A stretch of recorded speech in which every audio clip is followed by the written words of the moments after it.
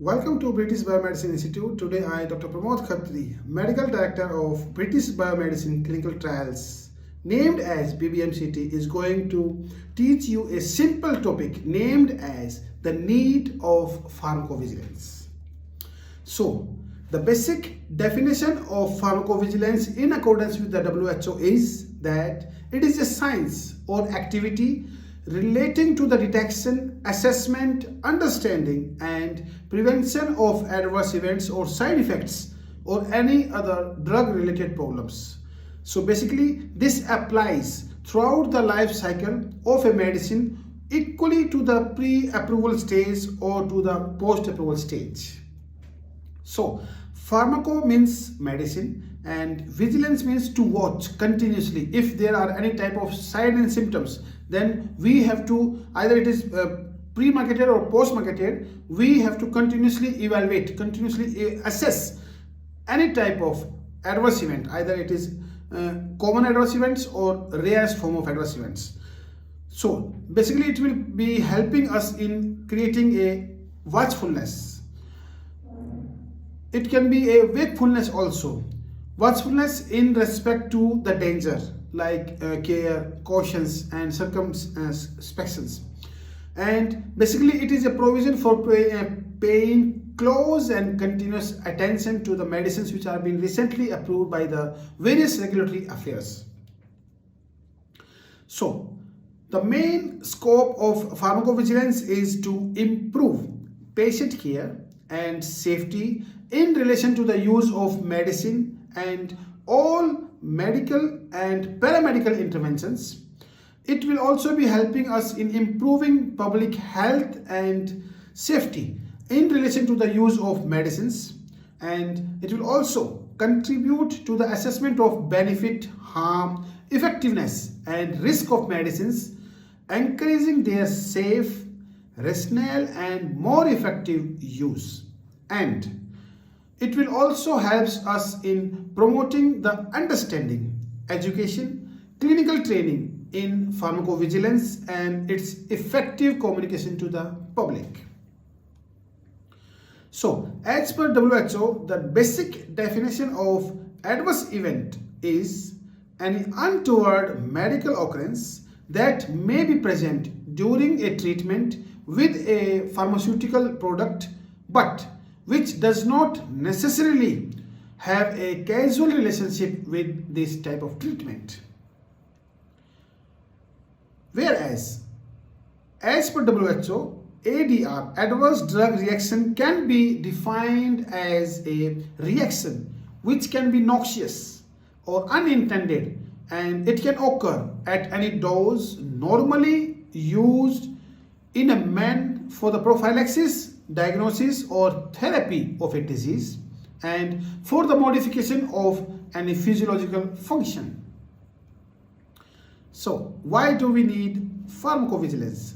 Reason number one is it will give us a humanitarian concern, because we still have, even if a medicine has been approved by the different regulatory affair bodies, we still have unknown side effects, because when a medicine will be available over the counter, n number of patients, they will be consuming that medicine, and the chances of identification of rarest form of signs and symptoms can increase. That's why first reason is humanitarian concern, and basically animal experiments, they are still insufficient. Even if you have conducted phase 1 to phase 3 trials prior to your market authorization, the clinical data is still insufficient. Basically, there will be a limitation of clinical data which we have collected from phase 1 to phase 3 clinical trials, because here the total number of participants who have participated in a study, in a clinical study, will be ranging from 500 to 5,000 maximum, and there can be, in our inclusion exclusion criteria based on a protocol, there can be a narrow or a tight inclusion or exclusion criteria based upon their age, their disease specific or their sex specific clinical information, and there can also be a narrow indications suppose in a clinical trial was conducted on a narrow domain or a narrow medical domain or a specific disease, then again we will not be getting sufficient amount of adverse events. And basically these clinical trials, they are conducted for short durations, maximum 2 to 3 years. So that's why we still do not get sufficient amount of adverse events data from these clinical trials. So here is an example of product recalled which were recovered from the market itself due to their increased toxicity, and they were approved by their respective regulatory affair.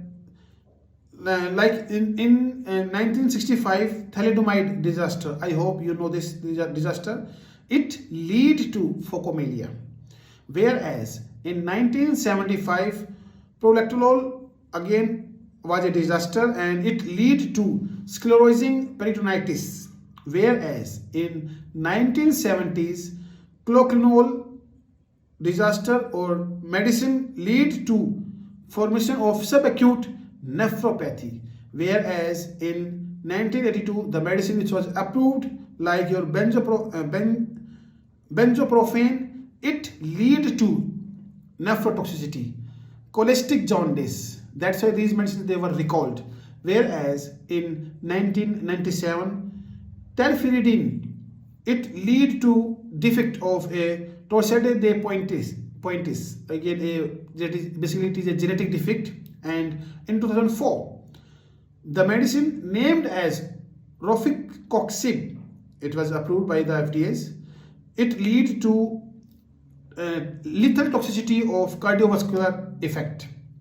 Whereas a medicine which was approved in 2007 named as viraliprid, it was giving a lethal toxicity to the patients and they were suffering from anxiety, depression and movement disorders. That's why there are n number of medicines which were recalled from the market once a sufficient amount of or rare form of adverse events were identified. So reason number 2 is medicines are used or consumed to save patient life. But here, as per the clinical data which has been received, it has been concluded that various medicines, they have misbehaved inside a patient body and patient has suffered a serious adverse event. Patient was hospitalized, there was a deformity. That's why n number of medicines, they later on they were recalled. In UK, basically 5,700 deaths per year are coming to due to only ADR reporting, adverse drug reaction. Whereas in USA, ADR, adverse drug reactions, are ranked as at 4th to 6th commonest cause of death inside the United States. Reason number 3, adverse drug reactions, they are basically expensive, because if you have consumed a pill and if that pill has misbehaved, then you will be hospitalized. That's why these types of ADR, they are quite expensive. So as per the data received in 2021, the cost of drug related mortality or morbidity exceeded $197.8 billions, whereas ADR related cost to the country exceeded the cost of medication themselves. Reason number 4, promoting rational use of medicines and their adherence. Reason number 5, ensuring public confidence, because if a medicine which is available inside a market and it is giving us more risk than the benefit, then the people, they will not be confident enough to purchase these types of medicines or at a pharmacy shop.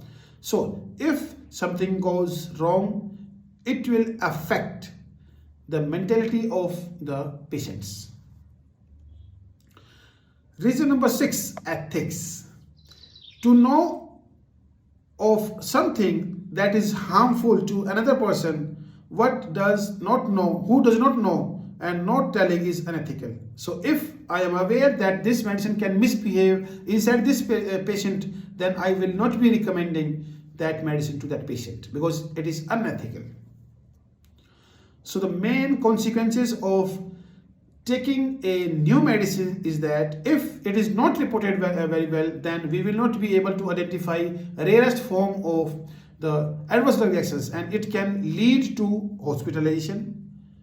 And in this case, it is the responsibility of every person, either your patient, your nurse, your doctor, your physician, your healthcare professionals, regulatory affairs, pharmaceutical companies, they all should equally participate to identify unknown or rarest form of side effects. That's why the study of pharmacovigilance is important. So I hope you have gained a lot of clinical information through this presentation. Please like, share, subscribe our YouTube channel named as British Biomedicine Institute. Good luck, goodbye.